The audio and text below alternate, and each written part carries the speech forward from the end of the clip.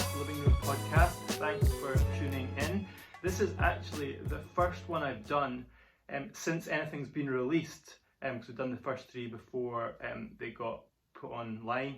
So thank you for everybody who's tuned in so far. It's been a lot better response than I thought, to be honest. So it's I hope you appreciate it. We've got a really special guest this afternoon. I think you're going to really enjoy it. We have Sue Vandenbroek, so thank you very much for joining this afternoon. So yes, Sue is, you've been part of the church for a few years now. You live in Inverest, that's where we are just now. Lovely, beautiful day. So yes, Sue, thank you. Let's just get started about a little bit about where your background, where you're from, family, just anything just to set the scene of your background. Yeah, well, I was born in Blackpool. Okay. And I grew up Cleveland and on the Fylde coast. I've always lived near the sea. I love the sea. Same, I love the sea. I love living near the sea. I had the blessing of a very secure childhood. Mum and Dad were married for 60 years. Brilliant. And Dad was a really good father, faithful, providing for his family. Mum was a really lovely homemaker. I remember when I was little, nice kind of memories, Mum ironing. It must have been winter time, and she had me curled up on the settee, listen with Mother on the radio. Used to really enjoy that. And it makes me sad sometimes that little children aren't getting those precious times with their mothers, because with our experience with fostering, which we'll talk about later, I think it's really important that you have that secure, absolutely, emotionally secure. And you're seeing that from all sorts of studies that are coming out as well, the benefits of that. So absolutely. So you grew up there, you went to school. Beach Road Primary School, straight across the road from the beach, literally. Okay, and then secondary school in the same area? Grammar School, yeah. Okay. Past my 11 plus. And my dad, he wanted his son to be clever, not his daughter, and he got it the other way around. I've got two brothers, but the one Do your brothers admit that now? No, the middle one, Chris, would, of course. And it made difficulties as a teenager because I was argumentative, and Dad found that difficult, and I found it difficult as well. Okay. So you obviously did quite well at school. Yeah, I did well, and I wish we'd had more guidance. Young people get a lot more guidance now what to do. You see, because eventually I went to uni into teaching. Mm-hmm. Well, I know I was a good teacher, but what I didn't know was it didn't suit me emotionally, the pressure and the stress of it, and I enjoy teaching when people want to learn, but I don't enjoy it with big teenage boys. Yeah, who are telling you where to go and refusing. The romantic view of teaching is not always the reality. I think that's the same with so many things, isn't it? So you did teaching. So secondary school teacher. What was your subject? English. Yeah. Okay. Yes. And you went to Liverpool University. Is that right? I went to Liverpool. Yeah, it's not too far away from Blackpool. No, it wasn't my first choice, but I was really grateful, looking back, that God took me there, because obviously that's where I met Christian friends, and that's where I met Audrey. So that's where you became a Christian? Is that right? So what was your did you have any Christian influence before university? It was so different for us as children. There was a lot more what I might call general Christian input than there is for children now. Yeah. So at school there was always a proper assembly. Right, a hymn, a Bible reading, a prayer. Yeah. At junior school we talked about all the Christian festivals and things like that. Mum and Dad, I would say, they always believed in God, but they didn't understand that more than that was necessary.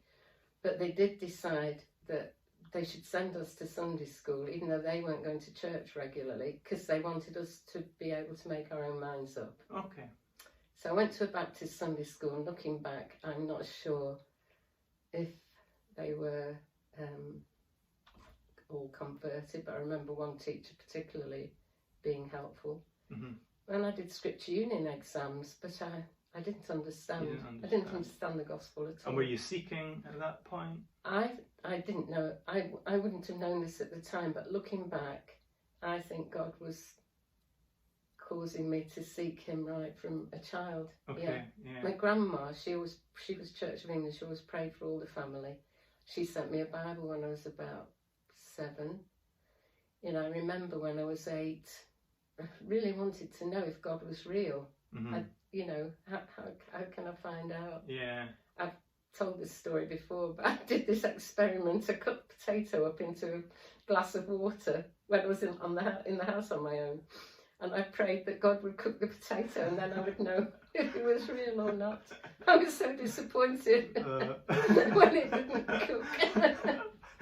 Okay, so there's an inquiring mind there. Yeah, and when I was a teenager, then I was frightened of dying, as I've heard a lot of other young people say. Yeah. And I really was thinking about things then, because I thought, if this life is all there is, I might as well walk off the end of Blackpool Pier. Why am I going to try and do anything if this is it and it's finished? Yeah. So there's a real desire that there should be a meaning to life. And you know, like a lot of young people, you have all these kind of noble ambitions. You're going to be another Elizabeth Fry or Florence Nightingale or something like that, you know. But you want there to be meaning in life. You definitely have to be seeking meaning in some way. Yeah. So then you went to university, but that's where it really sparked. Well, I was very miserable. I nearly left, and I wasn't expecting it. I was absolutely homesick. Okay. And I didn't realise before I went that living with a lot of people but not knowing them, it doesn't suit me at all. And and I went home after the first term. I went back after the holiday crying. I said, I'm not going back. I was so miserable. I had to share a room with a girl that I didn't get on with. And there were all kinds of strict rules, which there aren't now, of course. Yeah. And but I'm, you know, again, you look back and well, God used that. I'm glad you went back. I shouldn't have been, you know, He didn't allow me to be happy and forget about Him. If you see what I mean. Yeah. There were still things that were causing you to seek for something more, and things gradually improved. So the second year I stayed with a family, which worked a bit better, and that's when I started to get to know my friend Linda, who was praying for me, and mentioned me at the Christian Union. And very bravely, she and 2 other girls invited me to share a flat with them in the 3rd year, because they were Christians and I wasn't. Okay. And we've had this lovely friendship ever since. Brilliant. I'm still friends with them. Yeah, that's amazing. Yeah. So they started, did you go to see you or did you go to church? Well, that was funny. When I was first in the flat with them, they were bending over backwards.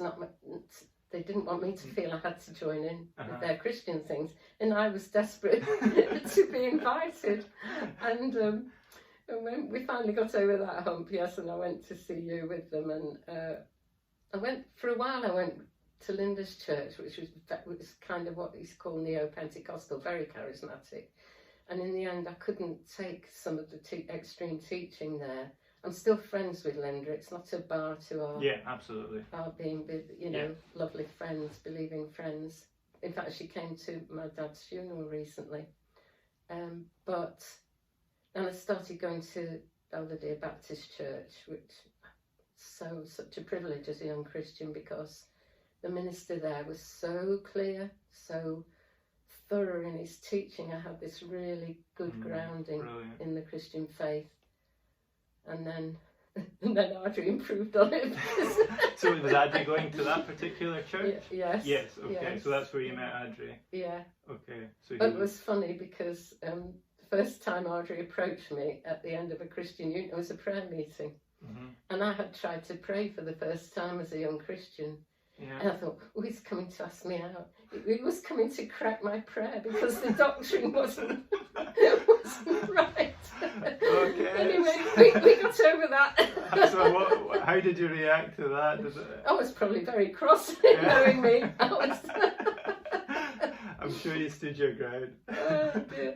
No. Okay, so that was your first. But then, you know, he really cared about me. He really felt drawn to me, and I to him, although we were from such totally different backgrounds, absolutely, you know. But yeah. Yeah, that's great. So you had that. So that was you had those two friends in particular who introduced you. So what were there certain people in your early days of being a Christian? It was, well, the grounding in the teaching I had at the church.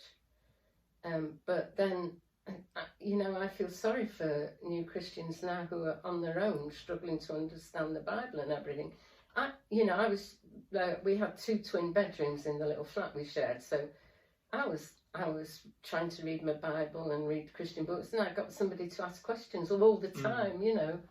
And in fact, before I became a Christian, I think it was more, I was asking God for the gift of faith. I didn't understand everything about sin and repentance, but Linda thought I was miles away because I was pushing, arguing. Yeah. I wanted what she had, but I wanted to know if it was real. Yeah. But I wasn't miles away at all, you know. Yeah, because everybody just has different approaches, don't they, of the way they learn, the way their mind works. I think probably I've always been argumentative. Well, maybe we'll have an argument today at some point. Hopefully not. So that was really exciting time for you. And just going back to what you were saying. Very happy time. Very happy time. Yeah, but just going back to saying, I think it can be an easy option for churches and for anyone. Is just if people become Christians, say, right, read the Bible, read your Bible, and that's true. They should read their Bible, but without guidance, without other materials. It can be pretty daunting, and especially different. Obviously, you're an English teacher, so you're obviously gifted in language as well, and even then for you, it was difficult at times. Yes, but I do remember that I had tried to read the Bible before that, and this time it was like light shining on the page, that it was all real, it all meant something. Because I remember, you know, thinking about creation and everything. I was reading Genesis and I said, well, that's all you need to do, because God's word, God's spirit was convincing me that was the truth, you know. I didn't have a problem accepting it. Other bits of the Bible, they do. It's still, not easy. I'm sure there's still things today that you'll read and I'm not sure about this or that. Okay, so you'd met Adri, also, obviously you got married. How long have you been married now? Oh dear, I've got to work it out. I think next year it might be 50. Wow, 50 years, brilliant. Next year. That's great. So you got married fairly soon after university? Or? Adri was doing a veterinary course, so his course was longer. So I did the 3 years English and a year teaching training and a year of my probationary year in a school in Liverpool.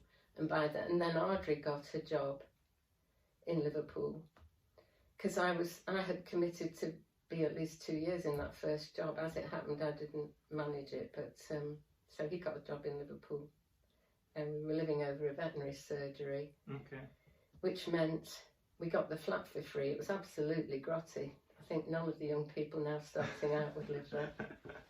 The only new thing we had was a bed. And my mum used to come and visit and say, "Oh, you smell," and it was a smell combined of disinfectant and dead dogs. Is it still there now? Do you know? And he had the use of a car, so we could save up like mad, which has made a big difference all our lives. That now I do sympathise the pressure on mums to go out, you know, married girls to go out to work, because the whole of society reckons on 2 people working for a mortgage and everything, and we never had to have a full mortgage. You know, and I'd been so careful as a student that I had loads of money from a year of teaching, because I wasn't spending a lot. Absolutely. It wasn't the days of drink and drugs and parties at all. You know, it was, different. Yeah, very, very. So you're a committed couple, Christian couple. You've just got married. You're both at the start of your jobs. So the next step, you've obviously you had a family. It was easy, right? No, very far You started from a it. family. That's just what happens, does it not? We knew before we got married that because Audrey was very ill. In fact, he nearly died when he was born, and he had lots of operations. And we knew that one of the consequences might be that we couldn't have a family. But I was, you go into it dewy-eyed, and I thought, oh well, we'll adopt babies. I'm quite happy with that. Mm-hmm. You know, hadn't appreciated how things had changed, that it was going to be difficult. And I'm just trying to think what happened. We started applying for adoption. Locally. Yeah, in Liverpool. That's right. And it was we got turned down for 2 reasons. One, we're in a Baptist church, and that was some queer sect kind of thing. Mm. The other reason was it had just become acceptable for unmarried girls to keep their babies. Yeah. So there weren't loads of babies waiting for. Okay, so that big cultural change in society at that time. That was the start of a really upsetting time, because, you know, it was a bit heartbreaking to think. Audrey came from a big family. Mm-hmm. He was one of 8 children. They'd all got big families. Yeah. And I wanted a family. You were one of 3. Yeah. Yeah. So, yeah. It was... So how did you deal with that time then? How did you process it? Unfortunately, not only that, but I wasn't well. The strain of teaching and Audrey's job, when we first got married, he was working 12 hours flat out. He used to come home exhausted. And then the phone would go at night, and the police would always phone Audrey if a cat had got run over or something, because they knew he would answer the phone. They're all supposed to provide an emergency, but they knew Audrey was reliable. Yeah. And it was just the boss and him, and if there was work for 2 people, the boss was there. If there was work for 1.5, he left it all to Audrey. And I was trying to carry on teaching at that point, which is, you know, it's a demanding job as well. Yeah. And I just it was too much for me. I got really ill nervously, and I gave up the job. And I think that's because we couldn't easily adopt. We decided we'd apply to foster. That's how that started. Okay. Yeah. So that happened. So you started fostering. We started fostering in Liverpool. Yeah. And how long did you do that? Well, we had 2 babies, one after the other there. And it was that was quite a hard way to start. I desperately wanted the experience of looking after a baby, you know. Yeah. And actually, after a few days, you're the whole world to that baby. They don't say you're not the mum, you know. Yeah. And fortunately, the first baby was easy to practice on. Okay. Jane. Yeah, I remember her now. She must have been about less than 6 months old anyway. Yeah. And she was already eating 3 meals a day and sleeping 12 hours a night. Oh, wow. Because if I'd had the second one first, I'd have thought, I'm not cut out for this. Yeah. And then Donna, the second one, incredibly lovable in the end, but the first 3 months I was like a zombie. She couldn't feed, she couldn't sleep. Her mum couldn't cope, and she just shut the door and left her in a room crying. And I think she was about 3 months when she came to us, and you could have held her stiff as a board on your hand. It's just, you know, not natural. She couldn't relax. She'd bring all the food back, and but we got through it. And then she was only with us about 6 months because her mum was sterilised in the hopes that she would cope. Other children had been taken into care, and they'd been ill-treated, not by her partner, who burned them with cigarettes and everything. So a lot of that's the thing with fostering. The backstories you're are not just happy horrible. about what children are going back to. That is one of the hardest bits about it. Yeah. But Donna was just when she did relax. I mean, when she did relax, and you know, she became this lovely smiling baby and scampering around fast. And the day I had to give her to the social worker to go back to her mum, I had to go and wake her up, and you know what, with this beaming smile, and it was heartbreaking. Yeah.